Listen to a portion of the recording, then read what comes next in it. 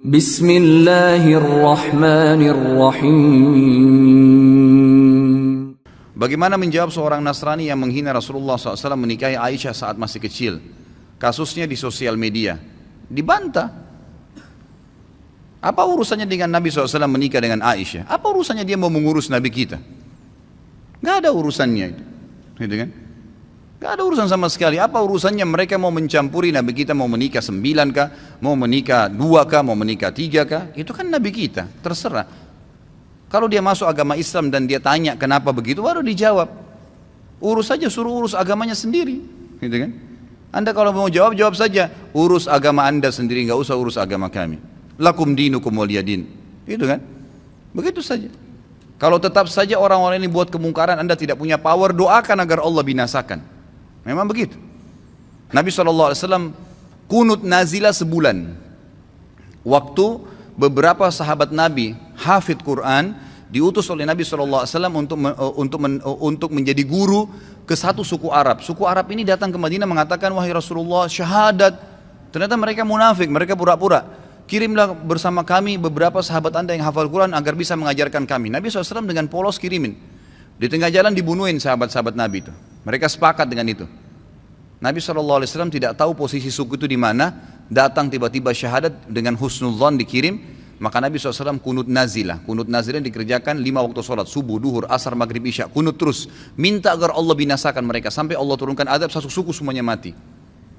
Itu boleh saja. Gitu kan? Doakan agar Allah datangkan musibah kepada mereka. Itu hak kita. Gitu kan? Bagaimana kalau seandainya ada orang sekarang yang mencaci maki Nabi Isa? Kita saja umat Islam pasti bisa marah, karena itu Nabi kita juga. Rukun iman kita iman kepada para Nabi. Kalau ada yang mengatakan Isa bukan Nabi, Isa begini, orang Islam punya hak untuk marah, karena itu juga adalah Nabi Allah. Gitu kan? Kalau ada orang menghina Nabi Isa dan orang Nasrani nggak marah, itu aneh. Gitu kan? Mereka harus marah, wajib marah, karena Nabinya dihina. Karena gitu. Jadi kalau Nabi Muhammad SAW dihina, wajar kita marah. Bagaimana caranya orang tidak marah? Nabi kita, panutan kita, kita yakini dia utusan Allah. Gak usah jadi pengikut gak usah jadi pengikut Nabi Muhammad SAW kalau tidak bisa membela beliau. Itu kan? Kehidupan dunia ini sebentar, saudaraku. Sebentar kehidupan dunia ini. Sampai kapan? Demi Allah, saudaraku. Kita ini membutuhkan sekarang, laki-laki di sini yang hadir, yang mendengarkan suara saya dan ini mengikuti ceramah kita. Kita membutuhkan sekarang orang-orang mukmin yang imannya iman baja, bukan iman kerupuk.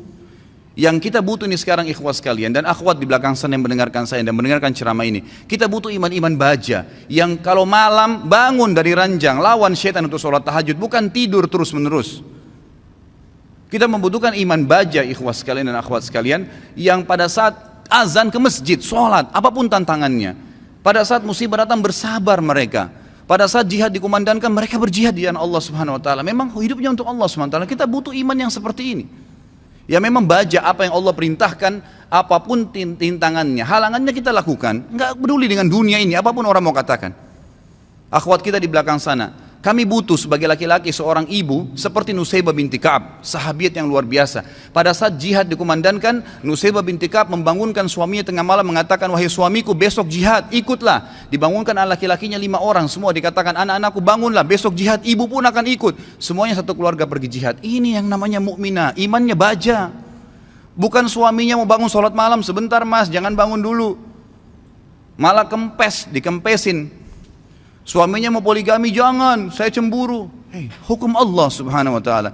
Kita butuh wanita mukminah seperti Aisyah radhiyallahu anha. Waktu Nabi SAW menikah dengan Zainab, disambut oleh Aisyah dengan senyum, karena dia tahu ini hukum Allah, gitu kan?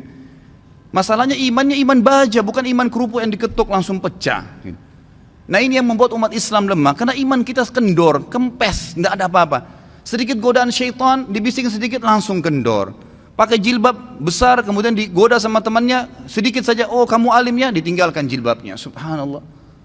Kita butuh orang-orang mukmin dan mukminah yang hadir di majelis ilmu dengan iman baja. Memang mau mempelajari hukum Allah SWT halal haram. Sepertinya anda hadir ini iman baja namanya. Hadir di majelis ilmu sebagaimana orang-orang fasik. Mau berapa jam dari malam sampai subuh di diskotik, tidak rasa capek tuh.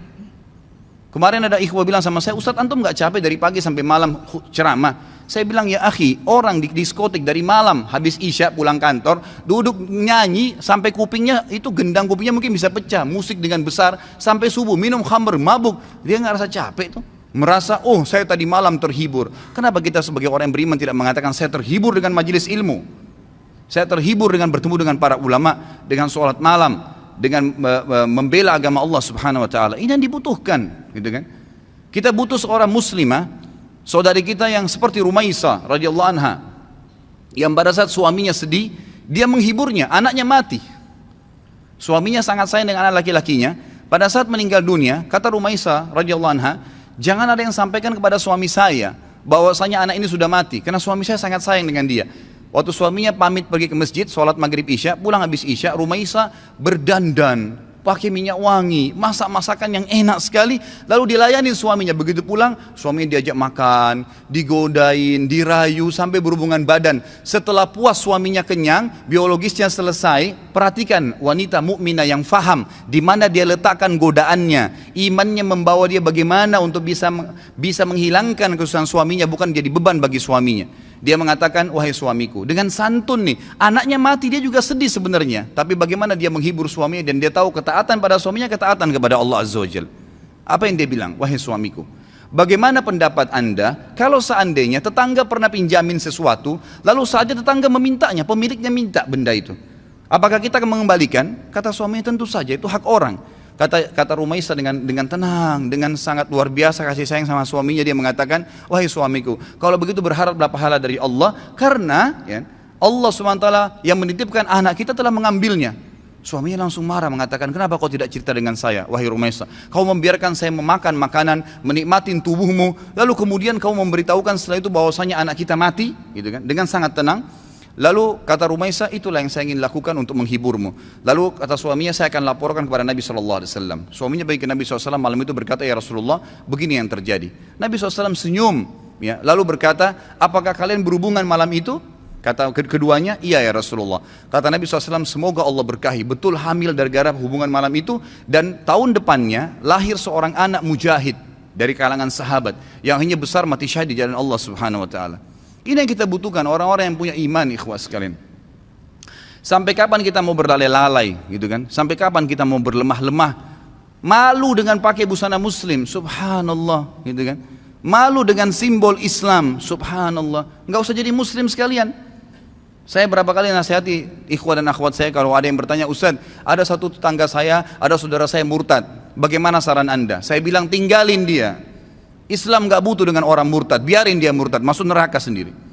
Kenapa kita harus bingung dengan satu orang murtad dan kita tinggalkan orang-orang tetangga kita muslim yang butuh bantuan makan, yang kalau diajak ke masjid mau sholat, itu yang kita dakwahin.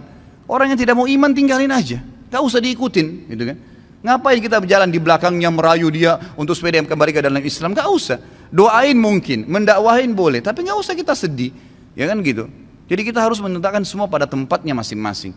Kita butuh figur Abu Bakar yang semua tegak dengan keyakinannya. Figur Umar yang memang syaitan lari dari dia. Tahu kenapa ikhwas sekalian syaitan lari dari Umar? Karena Umar betul-betul yakin semua yang Allah perintahkan benar, yang dilarang itu salah, ditinggalkan. Dan Umar bin Khattab semuanya dengan tegar, dengan iman baja yang dia lakukan. Malam bangun sholat, nggak ada ceritanya syaitan mau godain ditepis sama dia, nggak ada. Syaitan hanya habis akal. Bagaimana caranya goda orang seperti ini? Nggak bisa. Ya kan? Karena dia betul-betul memang itu tinggal ditinggalin. Dan itu hanya dengan iman, ikhwas sekalian. Ini hanya dengan iman. Sampai kapan kita mau terus-menerus membiarkan iman kita sehari begini dan sehari begitu?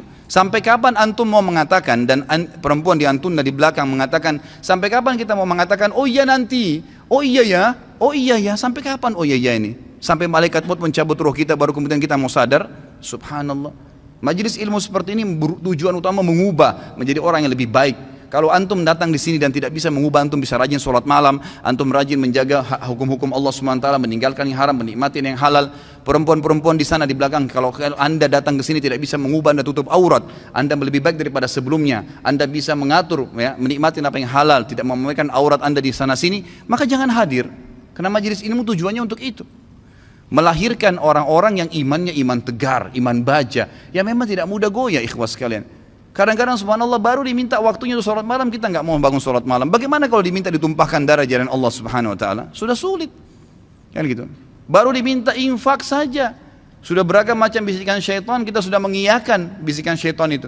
Bagaimana kalau diminta infak jalan Allah Subhanahu wa taala? Mengorbankan seluruh harta, pakaian kita bahkan kalau perlu dijual untuk itu. Ini semua karena cinta terhadap dunia yang berlebihan, Allah musta'an. Semoga Allah SWT yang di langit sana yang melihat kita ini menjadikan kita orang-orang yang terpilih di kalangan hamba-hambanya yang dipenuhi imannya dengan iman baja insyaAllah dalam hati dan meninggal dalam keadaan syahid.